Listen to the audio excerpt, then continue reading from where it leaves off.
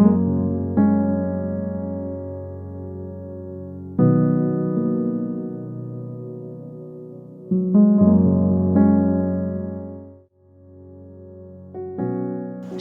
bagi semuanya yang sedang menyaksikan video ini. Ini adalah series video teologi spesial untuk perayaan Paskah. Selamat Paskah bagi kita semua, hari di mana umat Kristen merayakan peristiwa kebangkitan Yesus Kristus. Peristiwa kebangkitan Yesus Kristus dari kematian sangat penting bagi orang Kristen. Peristiwa kebangkitan ini menjadi dasar historis bagi iman Kristen. Untuk memahami sepenting apa peristiwa kebangkitan, coba cermati bagian Alkitab berikut ini. 1 Korintus 15 ayat 17. Di situ dikatakan, "Dan jika Kristus tidak dibangkitkan, maka sia-sialah kepercayaan kamu, dan kamu masih hidup dalam dosamu." Bahkan salah satu penulis Alkitab yaitu Rasul Paulus dalam ilham Roh Allah berani mengatakan kepada jemaat, seandainya Kristus tidak bangkit dari kematian, sia-sialah iman jemaat yang telah mereka taruh di dalam Tuhan Yesus Kristus. Jadi kita orang Kristen harus memiliki bukti yang sangat kuat tentang peristiwa kebangkitan ini. Karena itu saya rindu membuat video teologi tentang bukti kebangkitan Kristus yang dibagi dalam 2 part. Part pertama ini membahas bukti-bukti kebangkitan Kristus dalam Alkitab sendiri. Dan di part 2 nanti dibahas bukti-bukti kebangkitan Kristus dari penemuan-penemuan arkeologi dan tulisan-tulisan kuno. Oke, kita masuk pada pembahasan video part 1 ini. Mengapa kita memulai dengan bukti-bukti dalam Alkitab? Karena Alkitab adalah sumber utama kita dalam mencari data-data peristiwa kebangkitan Kristus. Alkitab mencatat tentang peristiwa kebangkitan itu sendiri maupun detil-detil lainnya. Tetapi orang-orang mungkin akan bertanya, bukankah itu adalah buku iman orang Kristen dan bukan buku sejarah yang bisa dipercaya semua orang? Jadi kami tidak harus mempercayainya, hanya orang Kristen yang diharuskan untuk mempercayainya. Oke, dalam konteks ilmu sejarah, dalam penelitian teks-teks kuno, biasanya para ahli merekonstruksi naskah aslinya dari salinan-salinan naskah atau manuskrip yang ditemukan.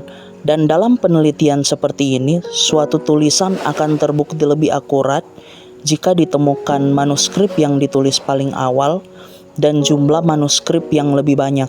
Bagaimana dengan Alkitab Kristen? Untuk Perjanjian Baru sendiri sudah ditemukan 5.700 manuskrip dalam bahasa Yunani dan 9.000 manuskrip dalam bahasa lain, misalnya bahasa Latin, Surya, Koptik, atau Arab. Untuk tulisan-tulisan kuno lainnya tidak ada yang memiliki manuskrip sebanyak ini. Iliad karya Homer hanya memiliki 643 manuskrip. Sementara karya dari Plato hanya memiliki 7 manuskrip dan tulisan-tulisan Tacitus hanya memiliki 20 manuskrip. Berikutnya seberapa awal manuskrip Perjanjian Baru yang kita miliki. Manuskrip Perjanjian Baru paling awal yang ditemukan adalah bagian dari Yohanes 18 ayat 31 sampai 33, ayat 37 sampai 38. Dengan tahun penulisannya antara 117 sampai 138 Masehi. Juga ada 9 fragmen yang diperdebatkan yang ditemukan bersama gulungan Laut Mati. Ditulis sekitar tahun 50 sampai 70 Masehi. Berisi bagian dari beberapa kitab Perjanjian Baru seperti Injil Markus, Kisah Para Rasul, Surat Roma, dan lain-lain. Perjanjian Baru memiliki salinan-salinan atau manuskrip yang hanya berjarak sekitar 25 tahun dari waktu penulisan naskah asli. Kurun waktu yang sangat dekat dibanding tulisan-tulisan kuno lainnya, seperti karya dari Homer yang manuskripnya ditulis 500 tahun setelah naskah asli, atau karya dari Plato yang manuskripnya ditulis 1200 tahun setelah naskah asli. Ketika para ahli melakukan rekonstruksi teks Perjanjian Baru, akurasinya sangat luar biasa. Ahli teks Perjanjian Baru yang terkenal, Bruce Metzger, mengemukakan bahwa teks Perjanjian Baru memiliki tingkat akurasi 99,5%. Sisa 0,5%-nya pun bukan perbedaan yang mencolok, tetapi hanya merupakan varian bacaan berupa perbedaan ejaan dan tanda baca. Saya sendiri percaya Alkitab memiliki akurasi 100%, karena Allah sendiri sanggup bekerja menjaga keakuratan firman-Nya, mulai dari pengilhaman firman tersebut kepada para penulis, sampai kepada proses penyalinan dan penerjemahan firman tersebut. Tetapi bagi orang-orang yang tidak mempercayai seperti yang saya imani ini, bisa melihat penelitian ilmu sejarah bahwa Perjanjian Baru adalah tulisan sejarah dengan akurasi 99,5%. Jadi Alkitab sendiri adalah sumber sejarah yang kuat dan akurat. Lalu apa yang Alkitab katakan tentang peristiwa kebangkitan Kristus? Coba cermati kesaksian Rasul Paulus kepada jemaat di Korintus berikut ini. Dalam 1 Korintus 15 ayat 3-7 dituliskan seperti ini. Sebab yang sangat penting telah kusampaikan kepadamu, yaitu apa yang telah kuterima sendiri, ialah bahwa Kristus telah mati karena dosa-dosa kita sesuai dengan kitab suci, bahwa ia telah dikuburkan dan bahwa ia telah dibangkitkan pada hari yang ketiga sesuai dengan kitab suci, bahwa ia telah menampakkan diri kepada Kefas dan kemudian kepada ke-12 muridnya. Sesudah itu ia menampakkan diri kepada lebih dari 500 saudara sekaligus. Kebanyakan dari mereka masih hidup sampai sekarang, tetapi beberapa di antaranya telah meninggal. Selanjutnya ia menampakkan diri kepada Yakobus, kemudian kepada semua rasul, dan yang paling akhir dari semuanya ia menampakkan diri juga kepadaku, sama seperti kepada anak yang lahir sebelum waktunya. Ini adalah kesaksian paling awal dan paling terverifikasi tentang kebangkitan Kristus. Surat 1 Korintus di mana kesaksian ini tercatat ditulis sekitar tahun 55 sampai 56 Masehi, 25 tahun setelah peristiwa kebangkitan Kristus.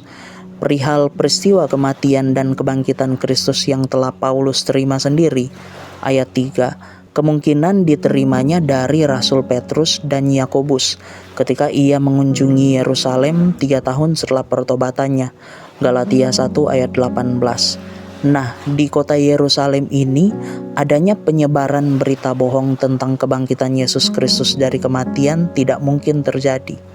Untuk menyangkal peristiwa kebangkitan, orang-orang Yahudi dan pemerintah Romawi yang ingin menghancurkan kekristenan bisa saja mengarak jenazah Yesus keliling kota untuk dilihat semua orang.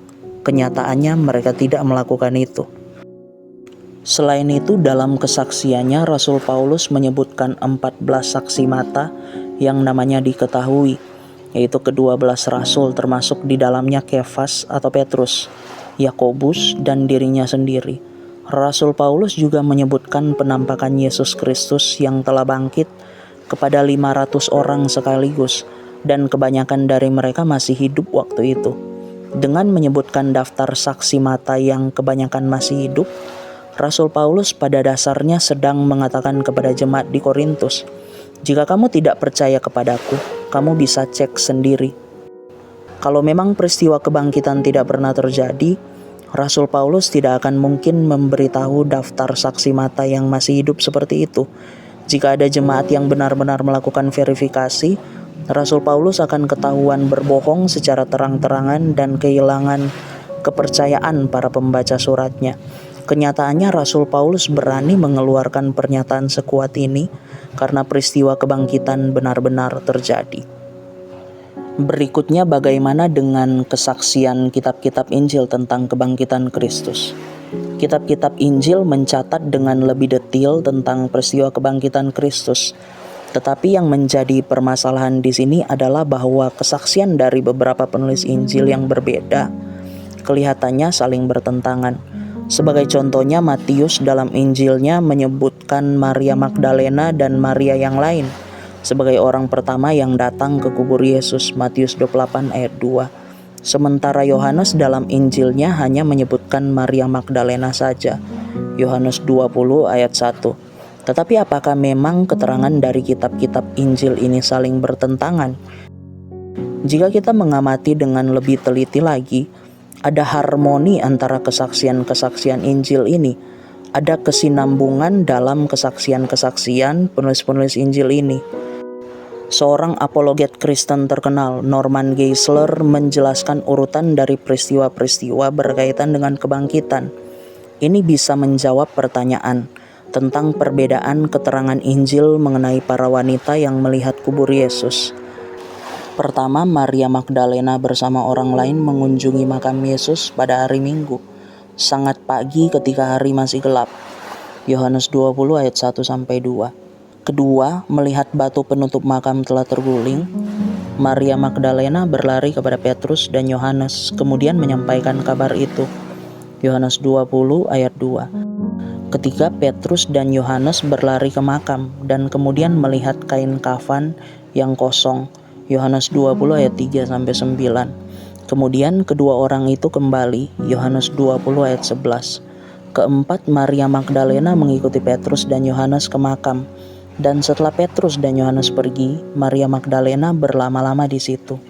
Saat itulah dia melihat dua orang malaikat, Yohanes 20 ayat 12, dan Yesus sendiri yang menampakkan diri kepadanya, Markus 16 ayat 9. Kelima, ketika Maria Magdalena hendak pergi pada waktu fajar, perempuan-perempuan lain datang ke makam, membawa rempah-rempah untuk mengurapi jenazah Yesus, Markus 16 ayat 1, Matius 28 ayat 1. Termasuk dalam kelompok ini Maria yang lain, Matius 28 ayat 1, Ibu Yakobus, Lukas 24 ayat 10, Salome, Markus 16 ayat 1, dan Yohana, Lukas 24 ayat 1 ayat 10. Ketika memasuki makam, mereka juga melihat dua orang malaikat yang menyuruh mereka kembali ke Galilea, Matius 28 ayat 5-7, Markus 16 ayat 5-7. Keenam, ketika Maria Magdalena dan kelompok perempuan pergi untuk memberitahu para murid, Yesus menampakkan diri kepada mereka dan menyuruh mereka ke Galilea, Matius 28 ayat 9-10. Ketujuh, Maria Magdalena dan kelompok perempuan tersebut akhirnya berkumpul dengan para murid di Galilea, Lukas 24 ayat 9-10. Para murid belum langsung mempercayai kesaksian perempuan-perempuan itu. Markus 16 ayat 12, Lukas 24 ayat 11. Kedelapan, ketika mendengar kesaksian ini, Petrus berlari kembali ke makam itu dan melihat kain kafan yang kosong. Lukas 24 ayat 12. Ini berbeda dengan kunjungan yang pertama bersama Yohanes. Di sini Petrus sendirian. Dan menariknya, kesaksian Injil dengan bentuk yang seperti ini justru semakin menunjukkan bahwa kesaksian Injil itu benar.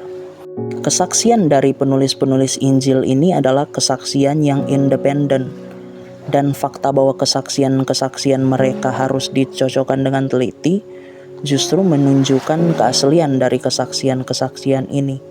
Jika catatan-catatan mereka selaras semua tanpa adanya kesulitan untuk mencocokkan, kita bisa curiga bahwa ada persekongkolan antara para penulis Injil ini. Kesaksian-kesaksian dari keempat Injil ini sudah diteliti oleh para ahli hukum terkemuka, dan mereka menyatakan bahwa tulisan-tulisan ini dapat dipercaya. Seorang pengacara terkenal dari Harvard, Simon Greenleaf, meneliti kesaksian para penulis Injil dengan menggunakan ilmu hukum, dan bertobat menjadi Kristen karena penelitian tersebut. Dia kemudian menyimpulkan bahwa kesaksian Injil bisa diterima sebagai alat bukti di pengadilan manapun, tanpa sedikit pun keraguan. Semoga video kali ini memberikan pemahaman bagi kita, bahwa peristiwa kebangkitan Kristus adalah fakta tak terbantahkan, karena kita mengetahui peristiwa-peristiwa tersebut dari Alkitab Kristen, yang bisa dipercaya sebagai sumber sejarah.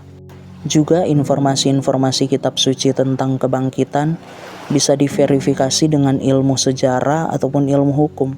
Sebagai dasar penting bagi iman Kristen, peristiwa kebangkitan Kristus memiliki bukti-bukti yang kuat. Sampai jumpa di part 2. Tuhan Yesus memberkati kita semua.